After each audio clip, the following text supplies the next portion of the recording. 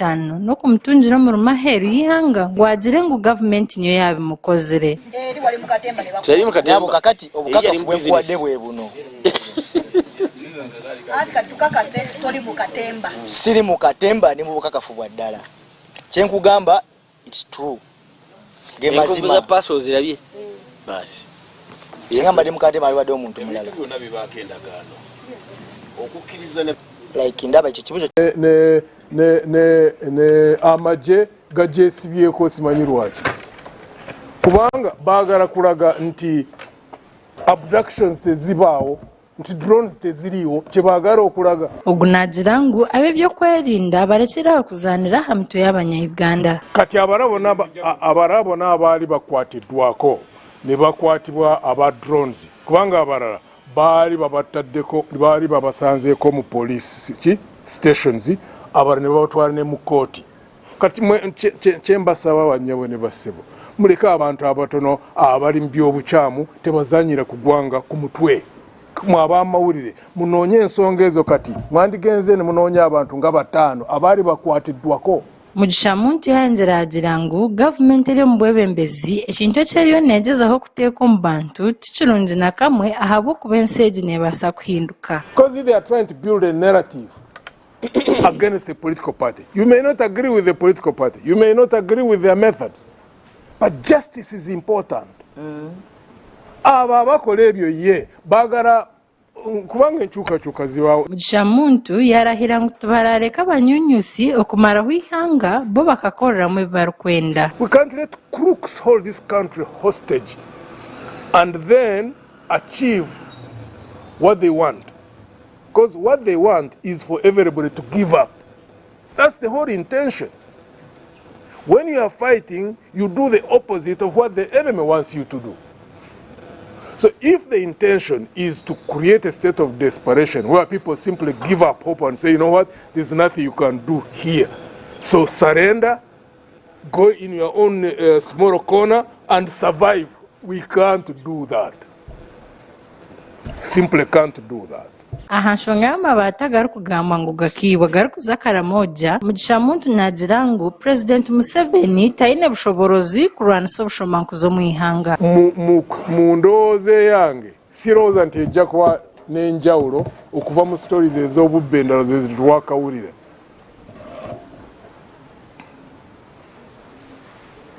kansubire mbeere shocked era bw'owulira nti abagobye I will be shocked. Bw'owulira nti abo ministers abagobye n'abateeka abanoonyereza I will be completely shocked. Kubanga si kyensuubira. General Museveni has no capacity to fight the corrupt. But he can shock us.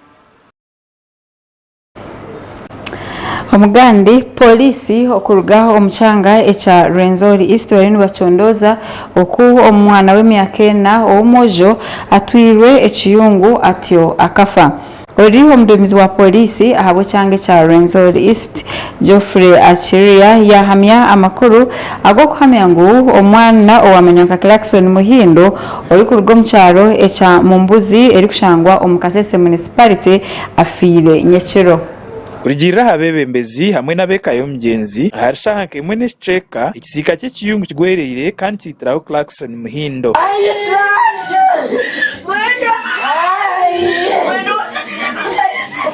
Mutagong Samson olicheya person w'entebe yo kubanza wekyareki ashabira abantu abaina amaju makuru kugatandaza okwehara okwitwa obuntu bucyenkobu. Sad news of one of our child of 3 years. The small kitchen, just the wall fall to him and he got dead.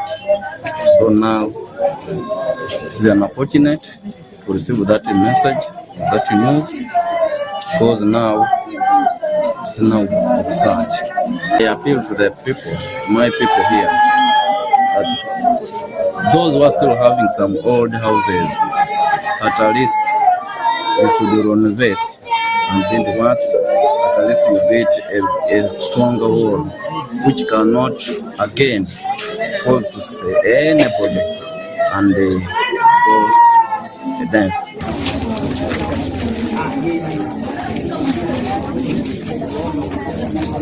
Geoffrey Akilia, Regional Police Commander, ashabira abatuzi kugumana bakwatanisa na district planners b'abantu bombeka okwehara accidents nkezi. Lunaku lwajjo saawa nga 12 ku kitundu kye bayita Mumbuzi Cell Nyakasanga Parish 2 Nyamwamba Division mu Kasese twafunye report nti abaana babadde bazanya ku compound ya umusajja gwe bayita Masereka Jackson kisenge neki collapsing nekikuba omwana gwe bayita Clarkson Muhindo w'emyaka 4. Poliisi likunoonyereza kiki kisenge kwe kyavudde okumenyeka ne postmortem report yetulinda etuyambe okunoonyereza ekyabaddewo n'okufa kw'omwana. Bwe tuba tuzimba amayumba tukwatagane n'aba district planners batuyambe okutugaidinga emitendera gye tusobola okuzimbako amayumba gaffe so that tuleme okufuna accidents ng'ezo, era n'abantu be tukozesa okuzimba tufune abantu abakugu so that batuukiriza omutindo ogw'ekintu ekirungi, otherwise eza accidents zigenda kubeerawo kubanga kati tutandise okufuna enkuba era ebisenge bijja kukolapsinga.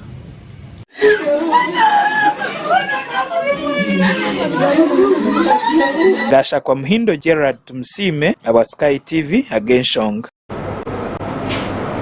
Bakansalas aba district ya Bushenyi barugire bayetombwitwa ahabwe mbeera mbi ezi enkuto zabo zirimu na munonga eziri omugomborera nyingi kandi bagira ngo ab'ebyenkuto omu district abari kuri ya sente ezibari kwabahireyo ngo bakore enkuto bashemeguma nibazishashura. Okwetombwitwa kubireho obabire bari omu rukiiko orwa district council orushitamire aha council hall ahambuga enkuru eza district ya Bushenyi. Bakansala nibetomboitera omuhandiki o ministry y'ebyenguuto omu district omwami Peter Ndyahoza hamwe na contractor orikuhabwa sente z'enguuto Katunje David ahabw'okurya sente ez'okukorwa enguuto konka zikabura kukuru. Ninteekateekamu okwaba muri kyendeki n'okuswara nyagagambira obutwikura y'irwaro rya Kibazi Chayamana kana soko kutomuza korwa ngomusana kurije ekisa wano zati bazayirwaro itoka kugayo mpenze kurabana uchendo kwa askuria ni wagabo kansa mweshi nimera kumya kwa kanira mu road supervisor okomuntu bwanagao yani sakatuyano mutusure abo kwanchebeka no mutatafayo kandi matina abakora nabona bakumfawo ekisa omukuru ganzi abona ashara ahobomeka factory chamu takende ranga gurenda sibanzi mitkanjana neyahaliye. It's where I organize the projects and moreover a district road on platform bakasumaona lebo nareba byasore we bakulebi agarahanga twaf nenda kubashaba honarebo secretary witwa waxi watera hansi ntushaba obukwezi kumwe ntwenda emirimo mujikore na unatemyo makufiri bitinyo kabyaza kure hatibyo makufiri sade sete tuzakusana kwecho kamba ngorebyo for us we want our roads to be really graded. Thank you, Mr. Speaker. Honorable councillors, the logic behind that lays is these people want to use less and account for more. They want to use the money for the upcoming quotas and account for all the quotas. So, Mr. Secretary, please be keen and serious about this issue. I have the concern that these people have been making the accountabilities for more money to be released. Money for the interest is already done. There is no more money for the interest, which means money has been coming and they've been using it for their own interests. So for that matter, therefore, I recommend that the person who has been in charge should step aside. They get another person to take over the role to see that the work is being done within the schedule. But if we leave that man called Katunje, no Korachi, Tukazana, schedule Nejakubaho, no work will be done. This March yonga. However much it rains, the 12 kuchumana tuende malaike gokosa. Kanisa yetu, we are not going to budget for you. Kana chikurenga ho, emotional sensor. Orukawo aba district teji Mukurenziza Godfrey yashobora kuba atine sente zo gukora enguto zona kandi ebyoma ebikora engutezi n'ubutungo buzubu ombwire bwenjura. What I want to tell this August House is that the delays that you are seeing are not purposely for this season. For quite some time we found roadworks piled, and we decided that for each road to be done, the engineer must first account for the previous road. Otherwise, short of that, you will see many roads being piled and then no work done. We want to see thorough work done, then they do accountability. And for members, on the system also, if you are not accounted for the previous monies, the system automatically rejects.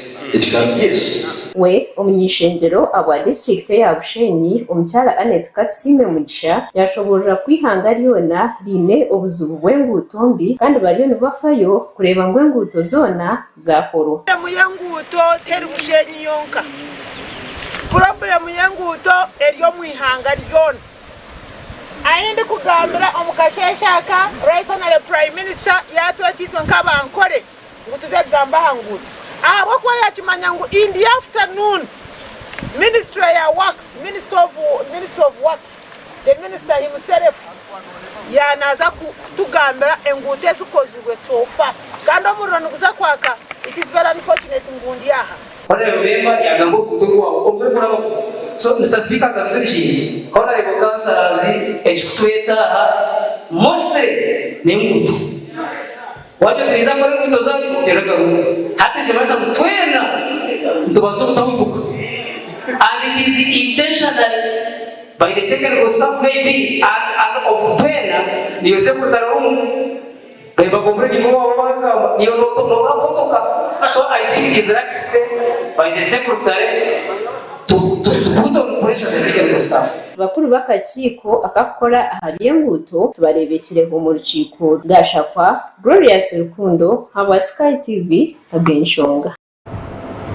Webale Glorious Rukundo omugandi bwanyuma y'omukago kuruga omumahanga agaburwizo wa Africa abakachiko akari kutwara amatendekero agahiguru aka Inter University Council of East Africa katongwizeho enkoragana omuyobwegese kwenda kwasa kongera aha mutindo ubwo byebwegese omatendekero gahiguru omumahanga gona. Bwanyuma y'omukago murungi oguteireho amahanga agaburugwizo bwa Africa akachiko akebyobwegese endekero ga government hamwe n'agabantu buntu gashabwa okugira obumwe bakakwatanisa banu benda kutungura ebyobwegese. Bakuru bihanga ningashoba president se bashazire mu mwaka gw'2017 okugira ngo East Africa tugire obwegese bwa hamwe ningasho tugire universities zigire fees za hamwe bigire obwegese bushikirine no kuyamba abashomesa hamwe n'abana kureba ngo bazo mu universities za East Africa bashoma kurunje.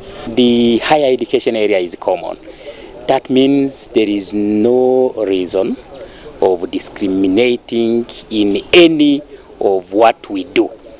So aba bashabwa hakutekateka icyo kugira ko suzukushana omatendekero gona. Yes, necha mazima ngu ebebwegese omahanga go tuzukushana abo kubaba mwe systems zeze bakuraba mu kurugo mu primary tezikwingana emyaka yibakushoma mu secondary tekwingana konka niyentese ro mu East Africa kureba ngo habaho kwikirizangana ne bwakushoma emyaka 3 omusekendro ndije akashomena konke kikuru munonga no kureba ebimwashoma nebishana ningashi ebyashomesebwa nebikusiya kintu kimwe so hate ejo niyo ntensaganeriho kureba ngu abana abaza kuza omuza universities baba ninga abana bashora omuza universities babashomere ebintu bikushana ninga kose zikushana bona babe bine obukugu bukushana so entesaganejo niyo kugenda no mishare ngo rwa East Africa kandi tariho kweralira kona universities ekushemeye kugira aho kuba program ejine involving universities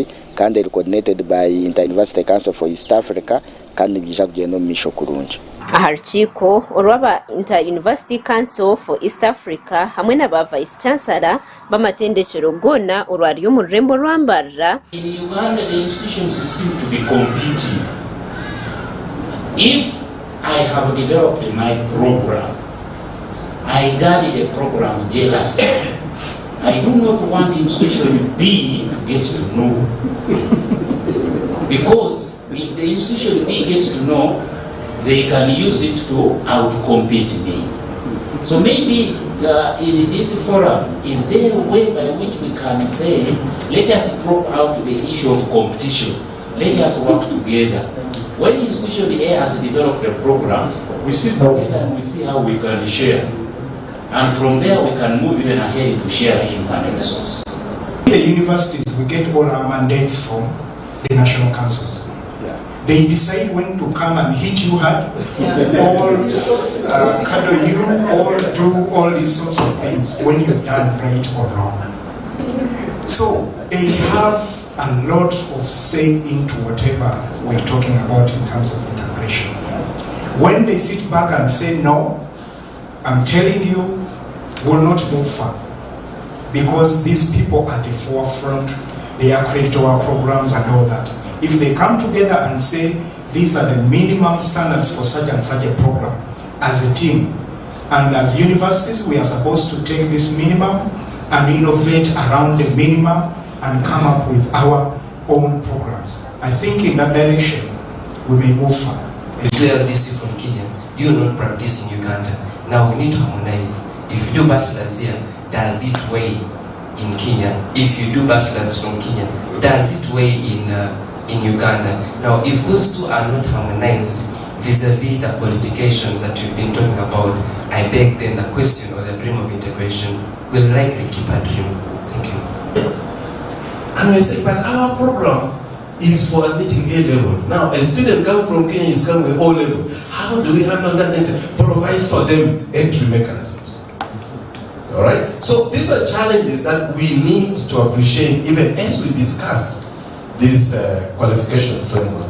I wanted to talk more about on the issue. Amakuru gandi agutwinire akatare akakabundeire akari kuguza ebintu ebibisi akari kushangwa omu rubuga orwa fotopoto kari omu muringo mubi ahabwe shonga y'oburofa oku twahikayo kandi twashanga hariyo ebyondo bingi aho abashubuzi bari kukorera otiyona n'ekinuko ekiri ku rugo mu bintu ebizonzire.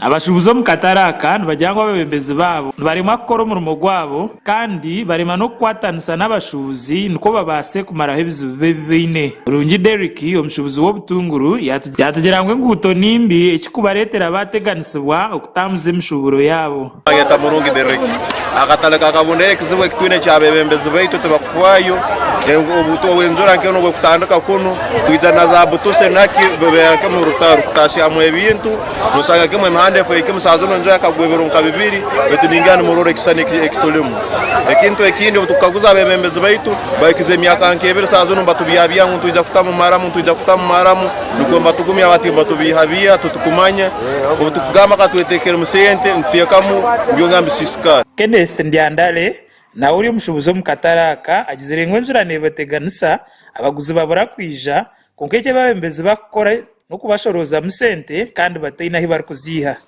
Aba bagirangwa abantu abamwe nibanaga uburofo mu katare nkapampazi z'abana kandi kikuza kuretera abantu bamwe barwara endwara z'uburofa.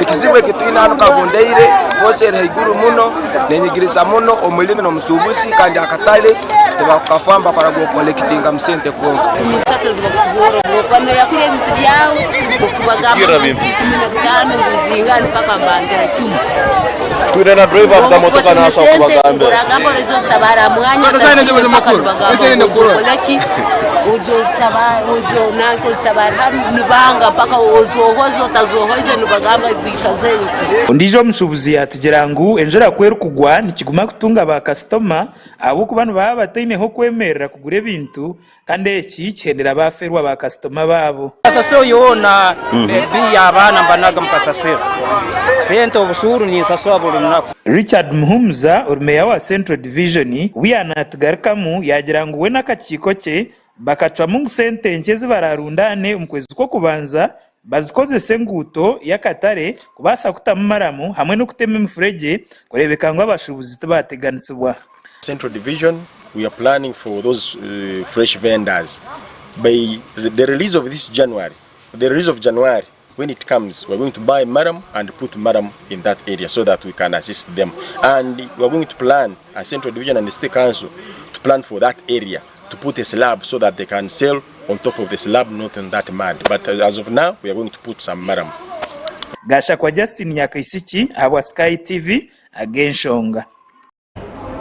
Nigo twatwinire umucyoka cyetu eco kubanza no kongera kumanyisa ngo kwa konenda kureba Sky TV aha Star Times turi aha channel ya 208 aho no bana twata kuronje program zitu okuyongera kuzetegereza reka tumuroka cye ngaruke neceka eca kabiri eca Genshonga otarga Sky TV.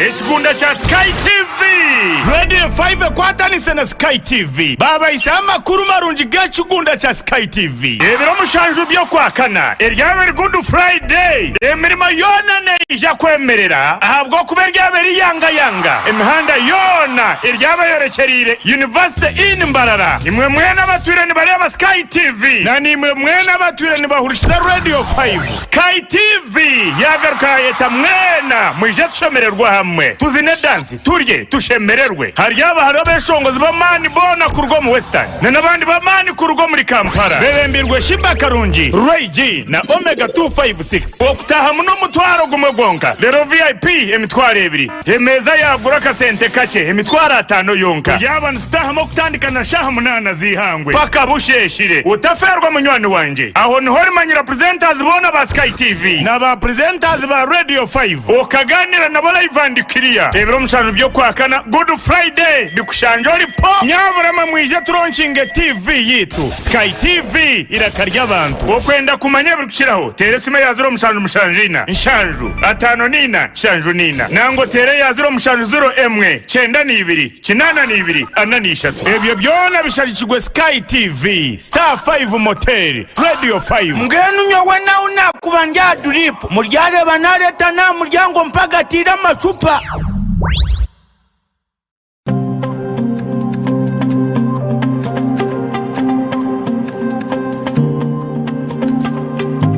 Otaferwa programu y'omukozi buli lwakana shaisha tunichweka kwika inane chweka zo mukiro nanye omuhereza wawe agaba $10 abakozi abarukora emirimo yabo emirimo y'umukono njija kuba ntubakuretera aha Sky TV obase kubegeraho iwe omunyeto ryokwe toyine murumo ninga shitoru gukora no basa kwegera abakozi aba obase kugira ekiwayitandikiraho na nitwe aha Sky TV irakarya abantu turebere nshonga za rukundo aha rubajuro mwami no mcyara boyfriend na girlfriend narishi abantu binja bariyokwe habiremo buticurizana haba mno tabanko mumaka turebere ngwebi neveretwa mu obutesugana okushanga otindavunanizibwa aha mukundwa wawe, too much expectations kandi na lack of respect for your partner. Ebyo nabishanje aha Sky Television program nyamurungi eya Love Drive eraberho buri Rwakana na Sunday shayina necweka paka shayitano necweka ezo mukiro. So kwantu tukusiyaho amabaraka g'abantu harimo eshonga zitari zimwe na zimwe tukusiyaho no habuzi kurga abantu abariyokwe. Nanyo mhereza wa Olivia Kamsime tushanje aha Makarista Road hihi na Kabaterine Primary School Narshi aha social media platform zona Sky TV UG official. Sky TV irakari abantu. Orachimanyire ngo kutunguka kwihanga kuri mu contribution mpango narishi kuri mu omuganda muhango oguri kubakozirwe abacara no manya bakaza abandi ebariyo nibakora kubasa kutunguka no mechi bahindwire abo mutano bakahika aho bari. Ebyo byona noja kwano bireba program ejiraka liyo mukazi orabe naji kwisyaho ninye Adellah Orishaba program neza kwanebaho buri rwa mukaga shayibiri okugendera kimwe mpaka shaha ishatu iwe cyo rakore otwegiteho obase kwega iwe cyo takakozire rebo mucyaro kikozire obase kumwegeraho niwo base kugira ekiwaye korera.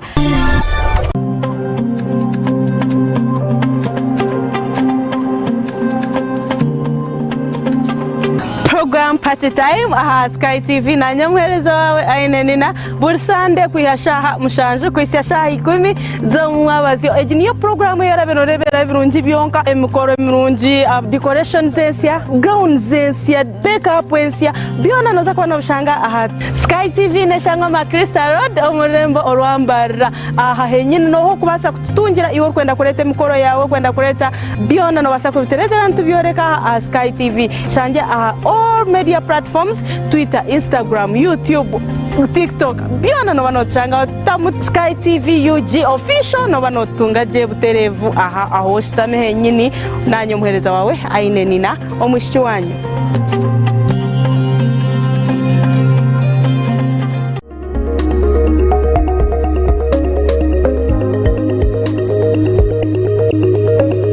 Sky TV irakari abantu.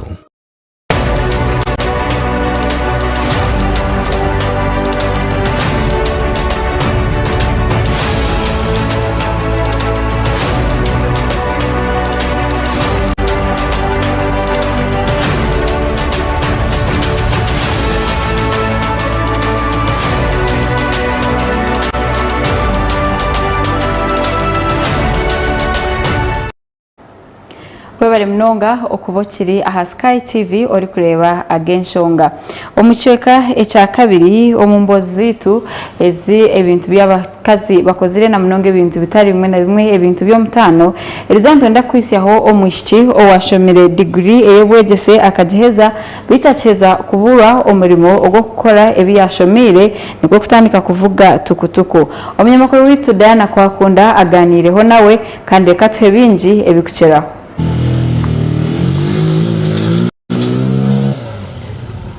Twetekatekera ekiro cy'abacyara ningashi Women's Day Sky TV tugerezeho kuretera bamwe abacyara abakuzire emirimo y'abantu bafutekateka ngo neyabashije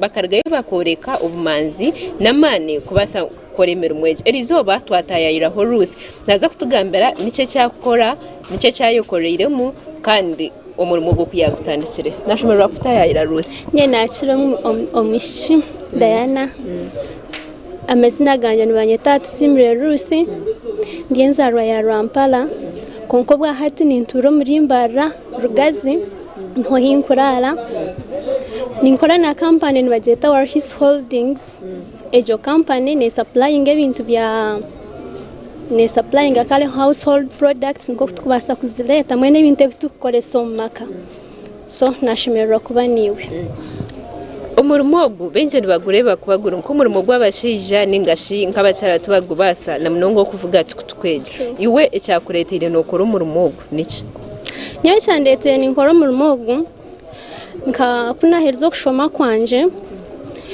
nkashoma na heza I'm a graduate by the way kuna herzo kushoma nkashoma ubushomesa na trying by all means kugira mfuno umurimo gwo kushomesa mu mashomero konka it was not easy kuna jerzeho kushabe mirimo tindara kukire kufune cyo gukora now nashitama nagira I have to get something to do nagira reka ndonde kinakubasa kukola at least I can bring a food on the table so natambula nagira let me find a job na trying here and there ngoko kujuma Uganda ya hati tibyanguhi nazo mu mashomero narondemera umusiri yabura nahikanafuna n'umuntu wo guteka still nagwe narengutinda abasi so kinabende yaho nagira ntkonkashi konkati nda giving up kari nagira I will do ekinavuga na cross tindafe obachishomire obanecha batashomire bazire kiti konka at least mfuno mulimo go kugira ki gwakubasa kugira ngo gugire kigwampa nabene yaho nisha nafuna this company yinkora nayo nashaba mu umurimo bagumpa konko mu guba banze kumpeleza kukagwangi okogenda nko market you go to supermarkets you look for orders wazireta baz delivering abaz supplying so during lockdown first lockdown to a company yinkora nayo we supply things in supermarkets wholesale dukas so twa health twa bajirangu hati ebyentambura bikabitanguhi om lockdown baretaho ba providing aho tukutuku obo pichobo boku delivering ebintu mu town then nahura mutima gwanjira nkunkashi ben baretaho musigazi no yabe na delivering ebintu ebyo so go musigazi abe na delivering ebintu ebyo kiyaba bitwara mu town njenda nawo ku confirming so ngumani murebo kwa kuvuga egipichi so shitama nkamushitama bashunde bo kwa kuvuga tuchikanka hata mwe na ureshtekate kosaja can't you learn it nahoro mutima ngunja nkonka tokabasa kega niwo kakavuganisha nagambira binkora nabo ntunkanyenda kega tubaramberire babi banjangu itizoke bagambiro go musigazi onabe ninjenda nawe kumure mwahikoko muhanda mwahikataro motoka like now taro motoka nyingi muhereza gireki ayege kare nahora nayenda kega bona banyamba bachikunda bajangu itizoke so bakanga idinga bona cause my work with men they are all men taro bakazaha abinje nabagiraki nabashisha so bachikunda bampereza guidelines banyamba inabirendemwa final akapichi na kega so kuna mazire kega na kundo mulimo naja okay ninyenda gumeni delivering ebintu mu town na tanka ku delivering ebintu mu town okay it was catch very rare obukuba bumuntu no abambugana akayemerera ndeba tumutangaza abantu bona baba bokutangara kunkana abaserious na kega abashije mu town bajanga this girl is powerful bajira bagumanu banyegese finally picha najega hati abantu benji nibatekateka ngo omirimo nkeji neyentasi yanche toine cyangwe cyo kwihiramu iwo murimo go basekwekorera muci ogo murimo go ningusima ntine bugarukiro because at least I can cater for myself nimbasa kwelebera I have a son in 4 years at least I can nimbasa contributing a half of school fees I have my parents ndebera bazine banje hina hinkureba nindeba hinkuza kati tinka unakoze na mekintu cyangwa abo kuba sofa na maromwa kagumenda ukora as a sales representative so tinka abura really nimanya cyamane kinakoze ndetse yaho but nimanya with future nagumana inkora cause my ninkunda kora nagumana inkora nimba nimanya ngo at the end of it all I will get what I want. Hati noreba eminyeto mingi bariyo nibekwatsa obutagira mirimo bekwatsa government mutine mirimo benji ba graduating ninga shubashoma baheza bahendera batine mirimo bazo makabashitama abamwe batandika gukora n'imirimo itashimire iwe minyeto nkejo origire yo kakora umurimo nkogo jire no bahabaraje. Okay, thank you. Eminyeto bagenzi banje nimba hawe ekinkubasa kuba habura batakagaye mirimo ahabo kuba obo murimo so long as ngubasa kurete cyo kuri ya meza gukori ekikuru ebyo kugira ngo ogendo zo kweguza nono hayo mbirwawe and of which ekitala kuyamba bo kuba bashisha ba they users bacheza batu dumping and another thing that themselves why wafuna chance like this ka job wafuna ka karumo at least leba kango chango yes ntuza kuri yawe kubita turi abana babicintu kunda kuriya konka at least akaceho ko kufunaho funa at least 50,000 was saving. Another thing I encourage them by behaving discipline is paramount.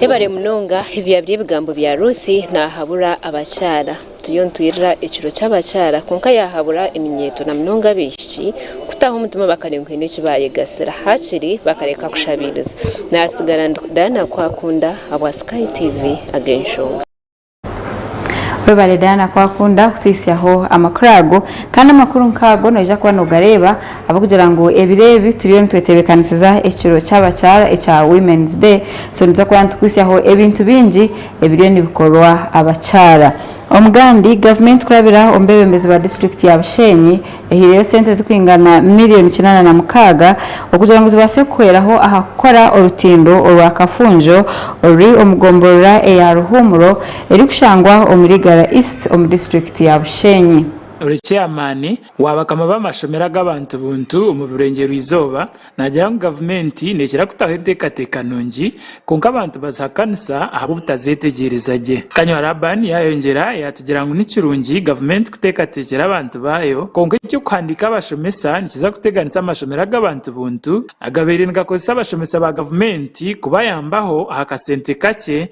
ekiri kumanywa nka part timing ekindi kinani ndebaho harimo abantu abukushanga ryaho maybe ni akarga Rwanda ninga akarga Burundi akarga Kongo hariyo mu Uganda taine ndanga muntu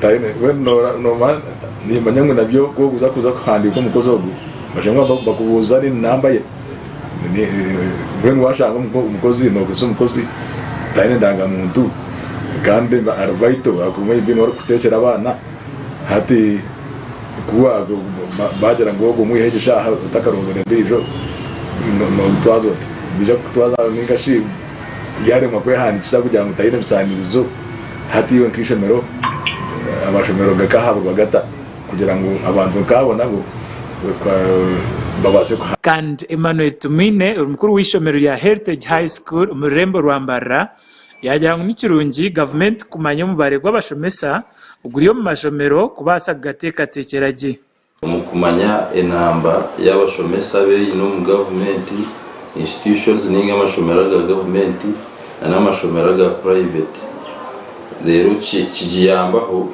planninga ikaba planningira nikakirebaho mbwire wa COVID-19 ubu government yenda kwereza abashomesa biyambi kikagumira munonga government trackinga ningashi okumanya enamba y'abashomesa beyine konkani ntegateka ngweji system yabegire abashomesa ba registered ncyanguhira ministry kumanya enamba y'abashomesa beyine ekaribu kuyaba planning kandi ikindi nikiyamba ministry kumonitoringa abashomesa namnonga ko mu government institutions ningo mu mashomera ga government kumanya abashomesa abeyine kumanya abantu bakora abantu bashika amashomero kibayambaho ba tracking ariko dejo kumanya abashomesa bakushomesa n'abatakushomesa kiyambaho umukushomesa then ikindi ne kuyambaho system eji ne kuyambaho ihanga planningira abashomesa na education konko yerehebe byona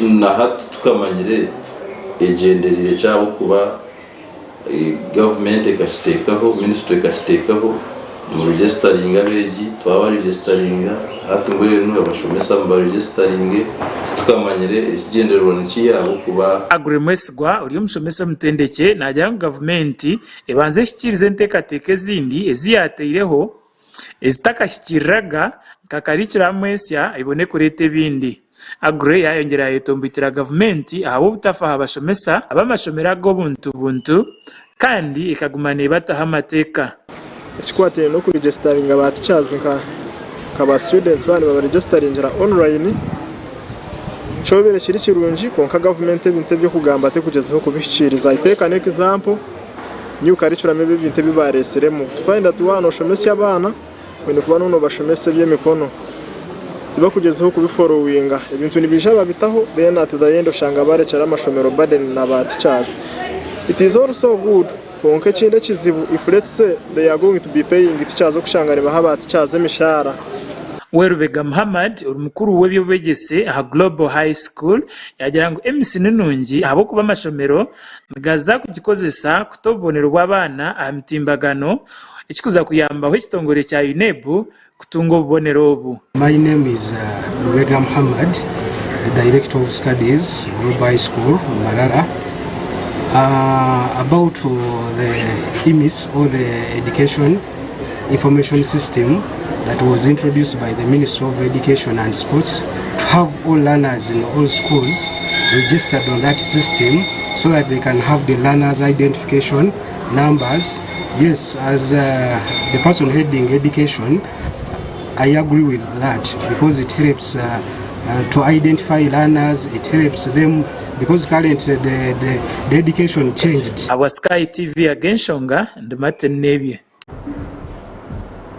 Hago n'amakuru hagashaba government kugira ngo yaza kugira program ensya eya letaho ebanze yafayo munonga okubasa kushomesa abantu.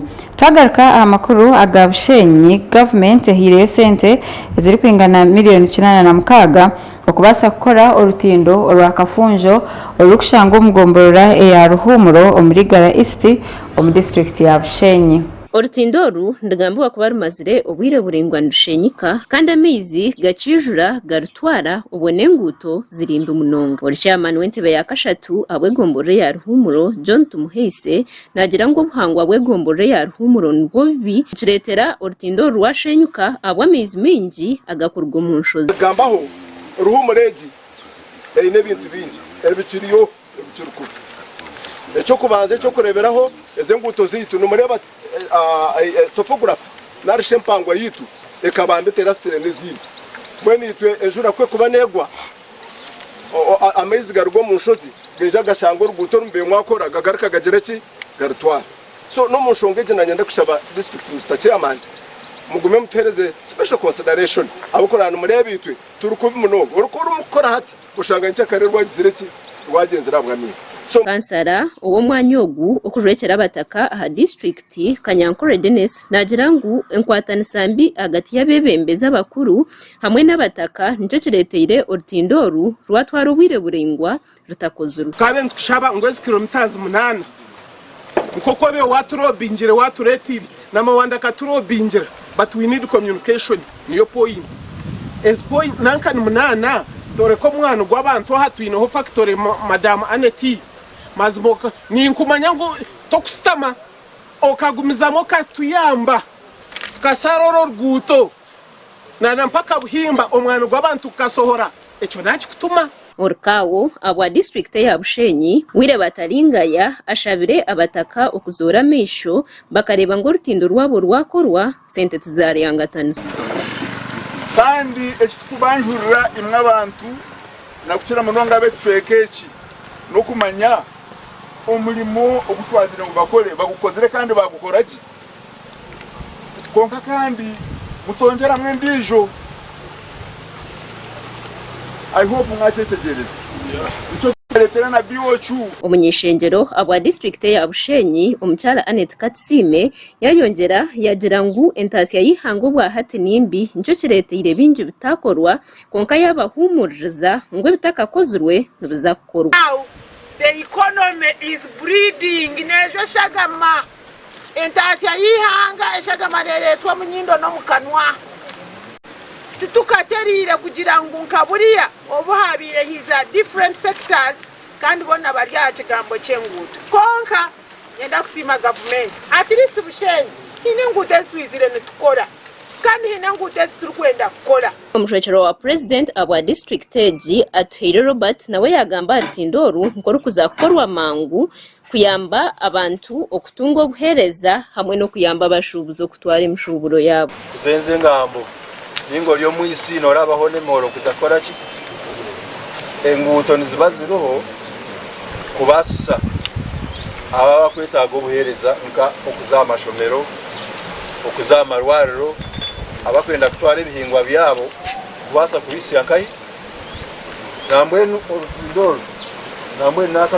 akaroni ngakatura kataru abatiriweho okora rutindoru bashaba okurukora umezana ahabwenjura erukugashakwa Glorious Rukundo abwa Sky TV agenshonga abantu abari kuturahira no mugera ogwa rizi aha omurimbarara no bwahati bine okwerarikirana no kushasha bari kugira ngo omugera ogwa rizi nigo yengera kusisikala kandi tariho kintu na kimwe ekiriyo nikikorwa aba nibagira ngo beterire enduru ombebembezi mu biti no bwahati tariho mpinduka yona eyi bari kurebaho. Aba bagambira Sky TV ngo abantu bingi nibanaga kasasiro embaze kuzire ningasheri expired omujerogu ekikuretera abantu abakozesa amizi g'omujerogu okurwara endwara nyamwingi okushanga abantu badepositinga mu kasasiro for example obuveera nagashi mu west kezinde bibakoresha mu kirungu abyato mu bizi then abandi bahingaro bazurwizi ushangaho aho rwizi rukwera ni hefuka y'amahera ha kugitera so ushanga enjura yagwa silt from the kids or her garden eje shuma ezo mu rwizi sisamizi so ushanga na nebi ebituro mizi enyamishe zituro mizi ziri aquatic zona tizine magara maruga kujana gasisikara akavera aka nako kubaninga umuganda agobwa nako busa kano jangu tokobuzo tukabe tukakosa kunkana ko buzo nakitaka nakitamizi ukito baherina no rwizi at for example nkanyo mperina no rwizi nani kungana ebisasuro byanje niza kubyose no shango buvera burwije bwakara zona iwo bota koziso nkayawe enko jo shanga buninkai buryo mu mbuga yawe mwenu akavera na nebicupa byo nebyo gukora nebyo kubaninga abo kwati nyine kikutiyamba mu tsisira mizi mu tsisira itaka especially itaka abo ko chupa cyazo mu itaka watema kwitaka mu byara munke chimba umuzito bukashuma hasimbuze kuronda ya mizi abo kugira ngo ariye kuko hansi so tubantu yone chongerana nenza ro mu Uganda yi cyo mukama Deborah yashaba bakama bamarwaro okugezaho bakarekeraho kunage mbaze kuzire aha mujerogo. For example nkaba ba pharmacies murete bintu ebibaze drugs expired mu bishiko mu rwizi na kugira mu abantu kugira mu abana na kugira mu abashije abakuru so wona diremwe bintu biri contaminated nka drugs ezo omuntu yanayogo muri gagamizi real akaba na swimming atakubura kugama atakonswimming kiragamizi so cyukumanisa na kwihame kirwiri so hatiya ni shaba bambi aba clinics in stopping that manner of bringing drugs expired mukazishuka mu rwizi aba pampers na nitwe abakugataha nitugakozesa mizaga so ati wana ushika mwebyo bintu reality ukamya ngo bantu zagaruka mu gakozi we agaba Abel yashobora kwa bebembezi batafire yo kurwanisa ebikorwa bibi ebikorwa haruizi hakuba itwabanyatawoni abo tutura hiki twizere tuje coaching twakana kumbe kamebisi kandi ningira umugera rubako resource ya government arhomitaze zuru ezo muntu zashemereye koma konkani ndeba kugira kinkureba tiziri implemented and it is the authorities of the city where it passes kureba ngo ba implementing each river is deputant cyo muri Mbarara n'indangiro mu zabwejo za bushenyi zona zumanzi feeding rivers ezo siza sporara mu rwiza kandi we Adios Denmark yayoreka ku bakama bamakora mhango nubo bihindwire umugero ukasasiro kandi yashaba government okufayo aha muntu waburijo gash enshonga ekwasire riverwizi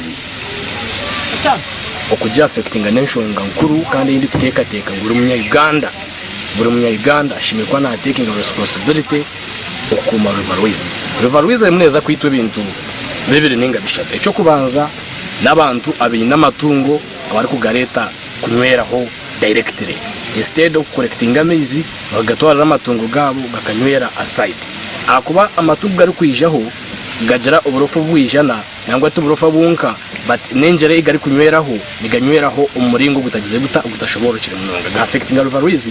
Enshonga ya kabiri ni factories ninga amakorero agakanyire site y'uteje yambara abantu abina amakorero babuza taking up responsibility yo kumanaginga waste skurungi instead bakosa rivalries kugira ngo eberiyo yabanka dumping site yabo bayebwa kumanya ngo rivalries keri kwa dumping site y'amakorero toko vebichupa ebevera emyenda rivalries yafa, it will be a problem to all of us. Tetuza kwa problem shakwa Job Kato abwa Sky TV agenshonga webare Job Kato okutuyisyaho amakuru ago jeje twinire omucweka ekya kabiri katumuro kace tugaruke n'amakuru gebe mizano otaruga Sky TV.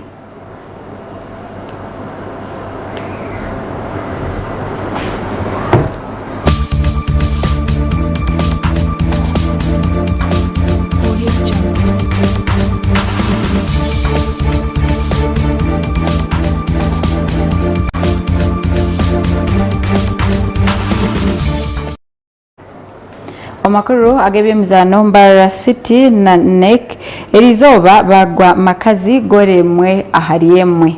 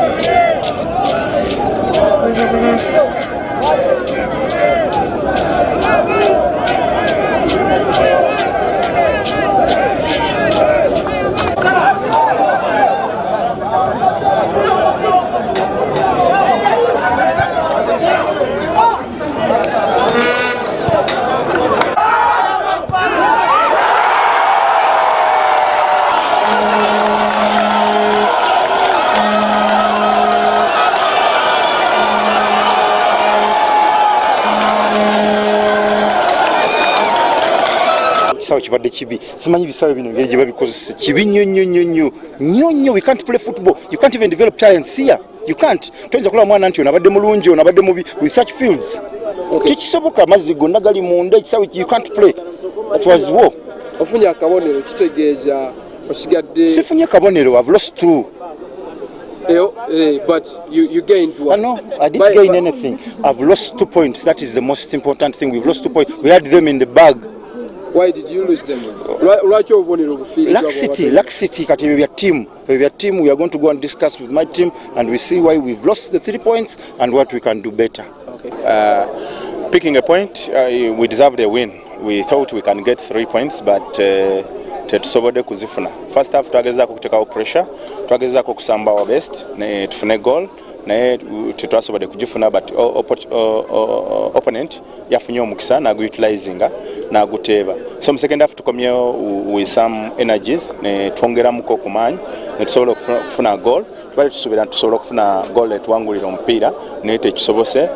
We take the result, but the performance was better than the result. Lako ketufunye naye tusuubira nti twandifunye obusatu kuba bwe busobola tukipingira mu race.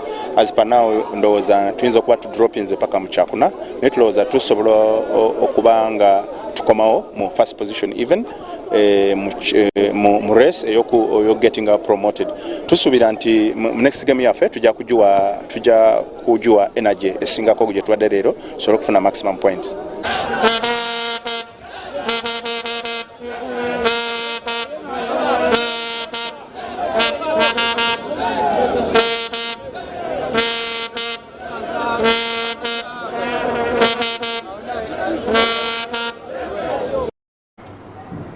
Ago gagari amakuru agebe mizano reka turebeho ahacishakuzo cy'izoba nabanyuma tuhendere agenshonga. Mwebare mkurucheyo izoba eri omwabazi yogu makuru gita genshonga nkaburijo akashonshore chaka akechakuzo nechito chacho nikakuchibaho Michael Karo Karungi. Yes, ni manyangu buri omwe ahoro shemerirwe kandi ogumo tukuratire aha mikutu yitu ya social media Sky Television irakari abantu ejini TV nyamurungi kandi eriyaha kukuhereza okubasa okureba ngu wagubaje wabori yo muka yawe na naha murumo. Ekichakuzo kitu kizoberi nkaburijo nikigira ngu ngira bishikibanje bashatu bashitama ha kitebe echo kimwe. Ngira bishikibanje bashatu bashitama aha kitebe kimwe. Abishikaba bashatu. Mumpenye na yanje kandi mbitire kishakuzo echo tutyo tweyongereyo turi kureba amakuru gitu genshonga. Ekito cyacho nikigira ngu n'amatehe kandi n'amahega kine ebyito byinji ahabo kuba n'ebintu binje bikwasakuza omwanya gumwe bikashitamamu konka nikigira ngu amatehe hamwe n'amahega nico kito omuri echo nitwega muki. Yes, echo nico rekangu okubasa kuba omwenya munegere nikibaso butakwera ahabo kuba no yetenga ememyo ezo kubasa kushajika okutyo okatunguka ombyo kukora byona owagenda omwe nahika nabasa kugenda munonga konka mwagenda muri bingi ni muhikahare. So nchoreka ngu obase kugira emikago eyo wayetekamu omurubaju na munonga yo mwana muto okiriya ishomero omunyeto orumuna akora ka sente hamwe niwe owatandikire gukora esente ori omuntu mukuru wabotine munywani baso butamaraho nishabangu kintecho okitekatekeho munonga. Mwebare mtaroga amakuru gitu agenshonga nasigarandi Michael Karo Karungi kandi ninkugira ngu eyagende tine mukuru ejenda bwira. Webare Michael Karo Karungi okutwisaho ekishakuze cyo ngira oyine ekiwa yegamo ahabwa genshonga umwabazi yogo nyenda ngu nkusiburira aha nkwendeze okurara kurungi nkugire ngu Sky TV owa hati eri aha Star Times channel binankaga na mnana aho kuja kuba nojikwatira okengera kureba program zezo no kwisya ngo ekigunda cha Sky TV nza kuba kiriho ahabiro umushanjo ebyokwezi kwa kana aha University in echo rakore orebe ngo watwegita we kango ndeze kurara kurungi otaroga aha Sky TV.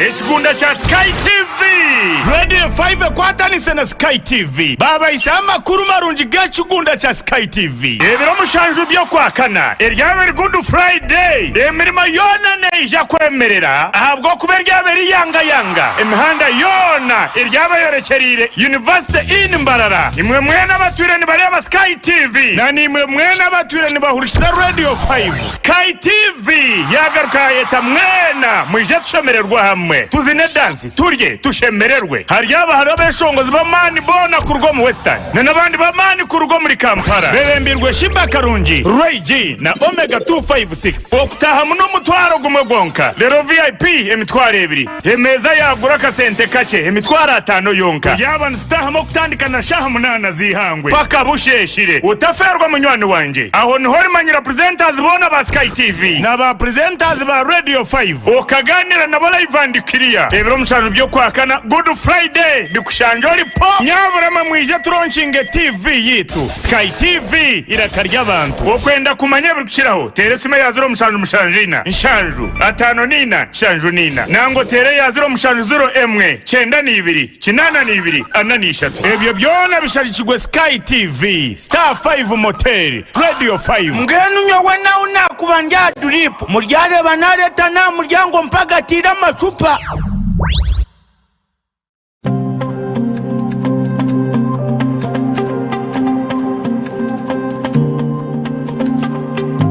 Otaferwa programu y'omukozi buli lwakana shaishatu n'ecweka kwika inane cweka zo mukiro nanye omuhereza wawe agaba $10 abakozi abarukora emirimo